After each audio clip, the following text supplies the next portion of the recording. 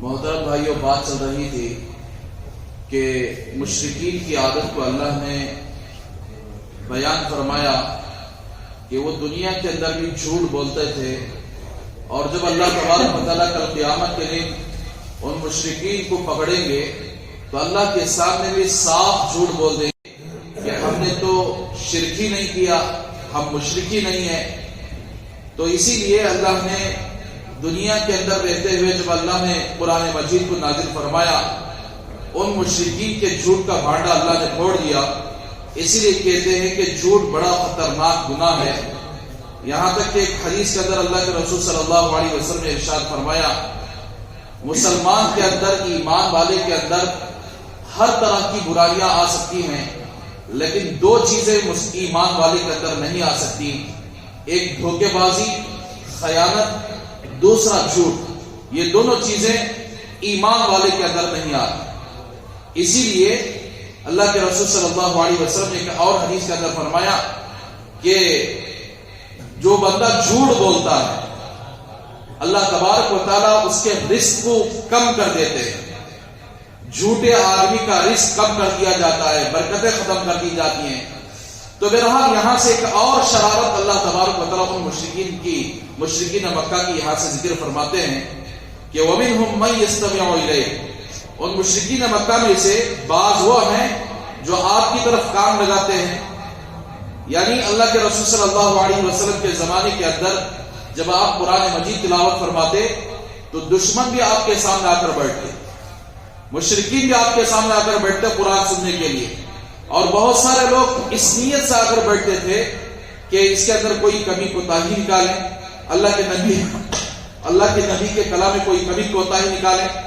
یہاں تک کہ حدیث پاک کے اندر آتا ہے، ایک مرتبہ اللہ کے رسول صلی اللہ علیہ وسلم قرآن شریف تلاوت کر رہے تھے، ابو سفیان، ابو جہل، ولید ابن مغیرہ، اور اسی طرح نضر ابن حارث، شیبہ، عتبہ، امیہ ابن خلف، ابی ابن خلف، یہ سب کے سب اللہ کے رسول صلی اللہ علیہ وسلم کی مجلس میں حاضر ہوئے، اور آپ صلی اللہ علیہ وسلم قرآن کی تلاوت کر رہے تھے۔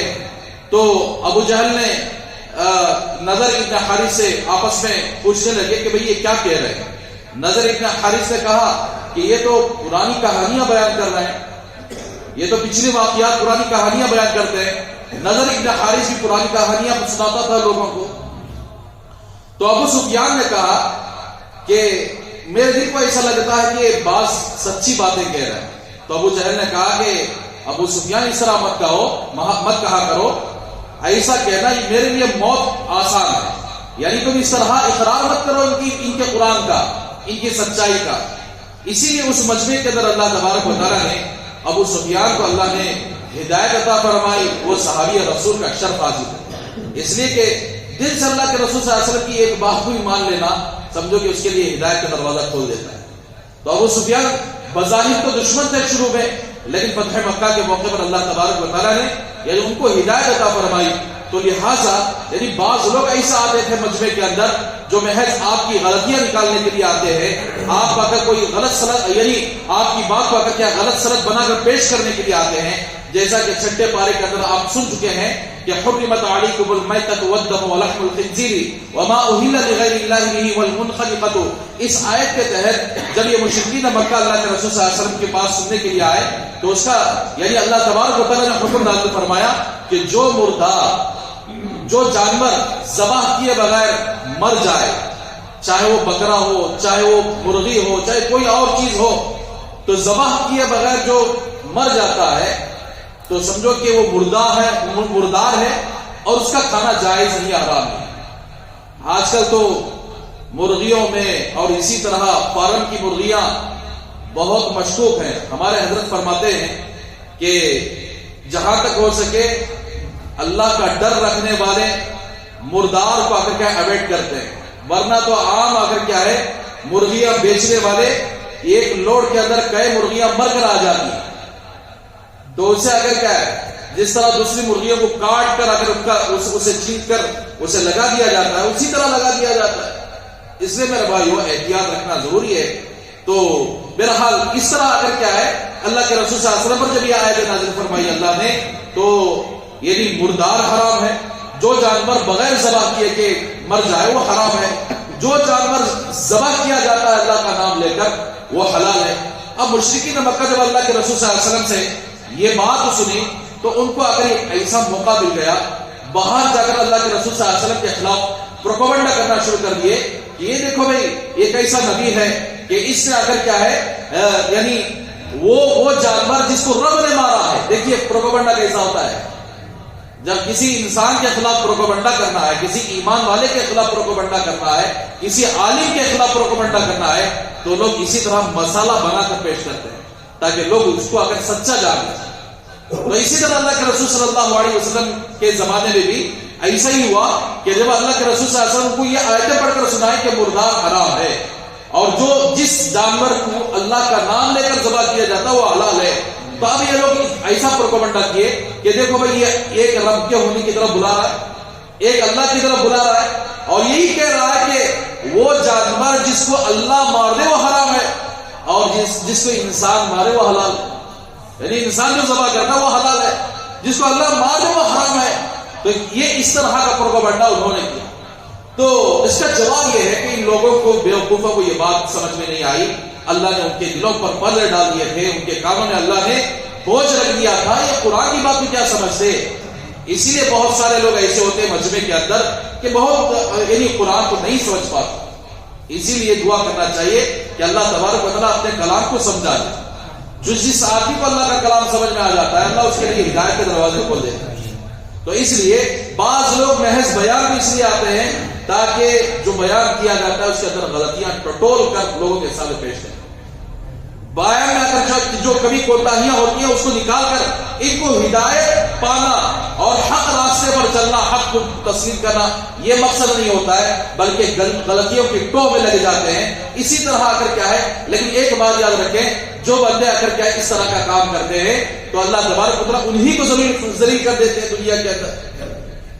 تو اس کا جواب یہ ہے کہ اللہ کے رسول صلی اللہ علیہ وسلم کا قرآن, آپ صلی اللہ علیہ وسلم پر جو قرآن نازل ہوا ہے, اللہ نے جو مردار کو حرام کیا ہے اس کو بھی اللہ ہی مانتے ہیں اور جو انسان اس کو ذبح کرتا ہے, جو مسلمان اس کو ذبح کرتا ہے اس کو بھی اللہ ہی مانتے ہیں. فرق اتنا یہ ہے کہ مردار پر اللہ کا نام نہیں لیا جاتا ہے, اس لیے اگر کیا ہے اللہ کے نام کی برکت سے محروم ہو گیا اس لیے وہ حرام ہے. اور جس جانور کو اللہ کا نام لے کر ذبح کیا جاتا ہے بسم اللہ اللہ اکبر, وہ اللہ کے نام کی برکت سے اس جانور کے اندر حلال پن آ جاتا ہے, اس لیے وہ جانور حلال ہے. اتنی بات ان کو سمجھ میں نہیں آئی. تو میرا حال میرے بھائیو اس طرح اللہ تبارک و تعالیٰ یہاں یہ فرما رہے وَمِنْهُمْ مَنْ يَسْتَمِعُ إِلَيْكَ, اور مشرکین مکہ میں ایسے بعض ایسے ہیں جو آپ کی طرف کان لگائے ہوئے بیٹھے ہیں کہ کہیں غلطی مل جائے. حالانکہ نعوذ باللہ اللہ کے رسول کا کلام غلطی سے پاک ہے, اللہ کے رسول کا کلام سچا کلام ہے. جو باتیں اللہ تبارک و تعالیٰ وحی کے ذریعے نازل فرماتے ہیں وہ اللہ کے رسول صلی اللہ علیہ وسلم نے ایک حرف کے برابر بھی آپ نے خیانت نہیں فرمائی.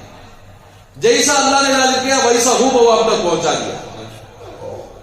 تو آپ کی طرف کان لگاتے ہیں وَجَعَلْنَا عَلَىٰ قُلُوبِهِمْ أَكِنَّةً أَن يَفْقَهُوهُ وَفِي آذَانِهِمْ وَقْرًا, اور ہم نے ان کے دلوں پر پردے ڈال رکھے ہیں کہ أَن يَفْقَهُوهُ کہ وہ اس قرآن کو سمجھے, وَفِي آذَانِهِمْ وَقْرًا اور ان کے کانوں میں بوجھ ڈال رکھا ہے.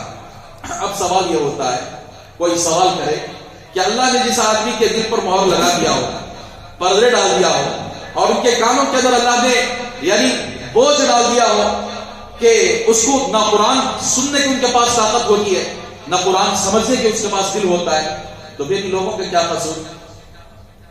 سوال پیدا ہوتا نا کہ بھئی اللہ ہی نے ان کو ہدایت سے محروم کر دیا ہے, اللہ ہی ان کو ہدایت دینا نہیں چاہتے ہیں, دلوں پر پردہ ڈال دیے ہیں, کاموں کے اندر بوجھ ڈال دیے, تو پھر یہ لوگوں کا کیا قصور ہے. سورہ حمیم سجدہ کے اندر اللہ تبارک و تعالیٰ اس کا جواب دیتے ہیں وَقَالُوا قُلُوبُنَا فِي أَكِنَّةٍ مِّمَّا تَدْعُونَا إِلَيْهِ وَفِي آذَانِنَا وَقْرٌ وَمِن بَيْنِنَا وَبَيْنِكَ حِجَابٌ فَاعْمَلْ إِنَّنَا عَامِلُونَ. اور کافروں نے کہا کہ ہمارے دل پر پردے لگے ہوئے ہیں, ہمارے کانوں میں بوجھ ہے, وَمِن بَيْنَا وَبَيْنِكَ حِجَابٌ، ہمارے اور تمہارے درمیان پردہ حائل ہے، آپ اپنا کام کرو، ہم اپنا کام کریں گے۔ یعنی پہلے ہی سے کفار مکہ نے یہ ٹھان لیا تھا کہ ہم قرآن وغیرہ سننے والے ہیں، ہم سمجھنے والے ہیں۔ پہلے ہی سے اگر اللہ تبارک و تعالیٰ کے کلام کو انہوں نے خود اپنے اختیار سے قرآن کو دور کر دیے، اللہ کے نبی کلام کو اگر کیا ہے یعنی خود کہہ دیا کہ ہمیں سب سمجھ میں نہیں آتا، ہم خود ہمارے دلوں پر پردے پڑے ہوئے، آپ اپنا کام کریں، ہم اپنا کام کریں۔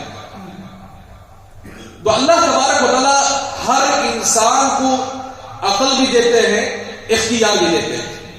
فمن شاء فلیؤمن ومن شاء فلیکفر، جو چاہے ایمان لے آئے، جو چاہے کفر کرے، اختیار دیا اللہ نے۔ ایمان لے کر آؤ، حق کو قبول کر لو، تمہارے لیے ہدایت کا راستہ ملے گا۔ اگر کفر اختیار کرتے ہیں تو سمجھو کہ تمہارے لیے گمراہی کا راستہ ملے گا۔ تو سب سے پہلے اللہ تبارک و تعالیٰ ہر انسان کو یہ آپشن دیتے ہیں کہ تمہیں اختیار ہے، چاہے تم حق کو قبول کرو، چاہے تم اگر کیا ہے کفر کو قبول کرو۔ لیکن ایک بات یاد رکھے، حق کو قبول کرنے والا، یہاں تک کہ ایک جگہ اللہ فرماتے ان اللہ لا یغیر ما بقوم حتى یغیروا ما بانفسهم، بے شک اللہ تبارک و تعالیٰ اس قوم کو نہیں بدلتے جو قوم اپنے آپ کو بدلنا نہیں چاہتے، جو قوم اپنے آپ کو بدلنا چاہتے اللہ اسے بدلا دیتے ہیں۔ تو اللہ تبارک و تعالیٰ سب سے پہلے یہ آپشن رکھے ہیں کہ آپ کے لیے اختیار ہے کہ دیکھو یہ قرآن ہے، یہ اللہ کے نبی کی حدیث ہے، یہ نبی کی شریعت ہے، تم اس کو قبول کر لو۔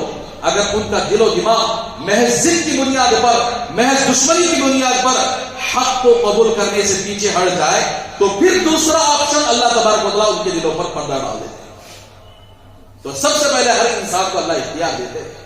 تو اللہ تبارک و تعالیٰ یہی فرماتے ہیں مشرکین مکہ سے کہ ان لوگوں نے اللہ کے نبی کے کلام سے دوری اختیار کی، ان لوگوں نے نبی کے کلام کو سننا نہیں چاہتے تھے، محض دشمنی کی بنیاد پر، اپنی سرداری جانی کی بنیاد پر، یا اگر کیا ہے اللہ کے رسول صلی اللہ علیہ وسلم کے کلام سے دور رہتے تھے۔ تو اللہ نے فرما دیا پیغمبر آپ گھبرانے کی ضرورت نہیں، یا آپ کی مجلس میں بھی حاضر ہوں گے، آپ کے قرآن کو بھی سنیں گے، آپ کی باتوں کو بھی سنیں گے، لیکن ان کے دلوں پر پردہ ہم نے ڈال دیا ہے۔ اور اس سے پہلے یہ لوگ آ کر کے آپ سے دور ہو چکے، سب سے پہلے انہوں نے اپنے دلوں پر پردہ ڈال دیے، بعد میں اللہ تبارک و تعالیٰ نے ان کے دلوں پر پردہ ڈال دیا۔ اسی لیے بہت سارے لوگ آ کر کیا ہے بیان سننے کے لیے بیٹھتے ہیں، لیکن سنتے ہی رہتے ہیں، لیکن کبھی ان کی زندگی میں عمل پیدا نہیں ہوتا۔ وجہ کیا ہے؟ اللہ کی طرف سے ان کو ہدایت نہیں ملتی۔ وجہ کیا ہے؟ وہ ہدایت طلب کرنا نہیں چاہتے، بس کانوں کے مزے کے لیے کچھ لوگ سنتے ہیں، کچھ لوگ تو آ کر کیا ہے غلطیوں کے ٹو میں لگ جاتے ہیں، کچھ لوگ تو حق کو تلاش کرنے کے لیے بیٹھتے ہیں، اللہ ان کو ہدایت دے دیتے ہیں۔ جو لوگ حق کو تلاش کرنے کے لیے آتا ہے، حق سن کر اس پر چلنے کے لیے آتا ہے، اللہ تبارک و تعالیٰ اسے ہدایت دے دیتا ہے۔ تو اسی لیے جب بھی قرآن کی تفسیر، قرآن کا درس ہو، جب بھی حدیث کا درس ہو، جب بھی کوئی بیان ہو، اس نیت سے بیٹھنا چاہیے کہ اللہ تبارک و تعالیٰ ہم سب کو اللہ کی باتوں کو سمجھا دے، اللہ ہم کو ہدایت عطا فرمائے، ہم کو حق راستے پر چلنے کے اللہ ہم کو توفیق عطا فرمائے، یہ نیت سے بیٹھنا چاہیے۔ تو بہرحال ان کو کفار مکہ پر اللہ نے آ کر کیا پردے ڈال دیا دلوں پر، ان کے کاموں میں اللہ نے بوجھ رکھ دیا۔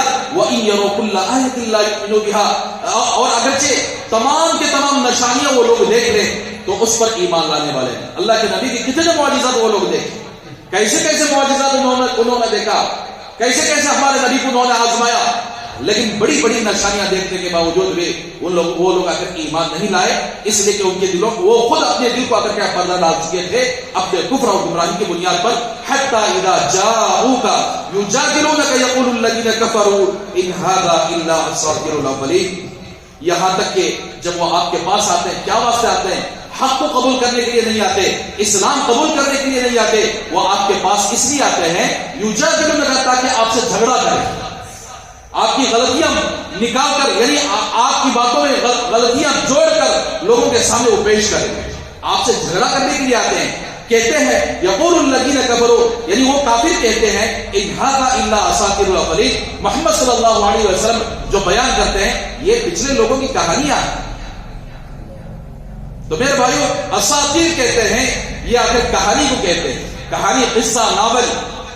تو قرآن مجید میں اللہ نے حضرت آدم، حضرت نوح، حضرت لوط، حضرت موسیٰ، حضرت ہارون، اسی طرح یعنی بڑے حضرت سلیمان، حضرت داؤد علیہ السلام نبیوں کا اللہ تبارک و تعالیٰ نے تذکرہ فرمایا، ان کے واقعات ذکر فرمائے، اور ماننے والوں کو جو انعام اللہ نے عطا فرمایا ان کا بھی تذکرہ ہے، نہیں ماننے والے کافروں کو اللہ تبارک و تعالیٰ نے کیسے ان کا انجام رہا اس کا بھی اللہ تبارک و تعالیٰ نے قرآن مجید میں آ کر ذکر فرمایا. لیکن وہ لوگ آخر کیا ہے، کافروں کے انجام کو نہیں سمجھتے بلکہ اسے ناول سمجھتے ہیں، اس کو اگر پرانے لوگوں کی کہانیاں سمجھتے ہیں. تو اللہ تبارک و تعالیٰ فرماتے ہیں یہ کافر لوگ قرآن کے بارے میں کہہ رہے ہیں یہ تو پرانی کہانیاں، پرانے لوگوں کی کہانیاں ہیں. اللہ فرماتے ہیں وَهُمْ يَنْهَوْنَ عَنْهُ وَيَنْأَوْنَ عَنْهُ. جو کھجلی کھجانے والا ہوگا نا، لوگوں کے دلوں کے اندر کسی عالم کے بارے میں ہو، کسی یعنی اچھے نیک انسان کے بارے میں شک و شبہ میں ڈالنا بولے تو اس کی غلطیاں اٹھا کر اس کے سامنے بتائے گا کہ انہوں ایسے انہوں ایسے. تو اسی طرح آ کر کیا ہے اللہ کے رسول صلی اللہ علیہ وسلم کو قرآن یعنی قرآن مجید آپ کے اوپر اترتا تھا تو لوگ آپ کے بارے میں غلطیاں بنا کر لوگوں کے سامنے پیش ہوتے تھے تاکہ لوگ آپ کی مجلس میں آنا بند ہو جائے، آپ کے پاس بیٹھنے والے نہ ہو جائے، آپ کی بات کو سننے والے نہ ہو جائے. تو اللہ وہی اسی کا تذکرہ کرتے ہیں وَهُمْ يَنْهَوْنَ عَنْهُ وَيَنْأَوْنَ عَنْهُ. وہ لوگ خود اس سے دور بھاگتے ہیں، وہ لوگ اس سے دوسروں کو روکتے ہیں کہ بھائی فلاں جگہ نہیں جانا تمہیں. ان کا دماغ آج کل خراب ہے، ان کے پاس نہیں بیٹھنا، ان کی باتوں کو نہیں سننا، وہ دوسروں کو روکتے ہیں. وَيَنْأَوْنَ عَنْهُ. اور اس سے آپ صلی اللہ علیہ وسلم کی باتوں سے خود بھاگتے ہیں، تو خود بھی بھاگتے ہیں اور دوسروں کو بھی روکتے ہیں. ایک بات یاد رکھیں وَإِن يُهْلِكُونَ إِلَّا أَنفُسَهُمْ وَمَا يَشْعُرُونَ کہ وہ ہلاک نہیں کر رہے ہیں مگر اپنے آپ کو ہلاکت میں ڈال رہے ہیں، ہلاکت کا سامان خرید رہے ہیں. وَمَا يَشْعُرُونَ اور سمجھتے نہیں. تو اسی لیے کفار مکہ نے اللہ کے رسول حضرت ابو طالب کے پاس جو آپ کے چچا ہے ان کے پاس آ کر کہا کہ ابو طالب آپ ہمارے سردار ہیں، ہمارے عرب کے نوجوانوں میں سے کسی حسین خوبصورت نوجوان کو لے لو، جس کو چاہتے ہیں لے لو، لیکن محمد کو ہمارے حوالے کرو. تو حضرت ابو طالب نے یہی فرمایا تھا کہ تم میرے بچے کو لے کر قتل کر دو اور وہ کسی اور بچے کو پال دو. دیکھو کتنی گھٹیا سوچ ہے. یہاں تک اللہ کے رسول صلی اللہ علیہ وسلم نے حضرت ابو طالب کو بہت مرتبہ دعوت دی کہ چچا جان اسلام قبول کر لو. تو ابو طالب نے کہا کہ میرے بھتیجے کہ اگر یہ یعنی کفار مکہ مجھے آر نہ دلانے کا اندیشہ نہ ہوتا میں آپ کے مذہب کو قبول کر کے آپ کی آنکھوں کو ٹھنڈا کر لیتا. یہاں تک کہ ایک شعر انہوں نے کہا جس کا ترجمہ یہ ہے کہ میرے دفن ہونے تک تجھے جھتوں کے جھتے آ کر، جماعتوں کے جماعتیں آ کر تجھ تک پہنچ کر وہ تجھ کو نقصان نہیں پہنچا سکتے. ہاں میرے بھتیجے، آپ جس مذہب کی طرف مجھے بلا رہے ہیں مجھے پتا ہے کہ آپ میرے حق میں خیر خواہ ہیں، سچے ہیں، امانت دار ہیں، اور یعنی آپ جس مذہب کو میرے سامنے پیش کر رہے ہیں وہ سارے مذہبوں سے پاکیزہ مذہب ہے. لیکن یہ کفار مکہ کا مجھے آر کا اندیشہ نہ ہوتا، یہ لوگ مجھے آر نہ دلاتے تو میں ضرور آپ کے مذہب کو قبول کر لیتا. تو اس لیے میرے بھائیوں ہدایت نصیب نہیں ہوئی ابو طالب.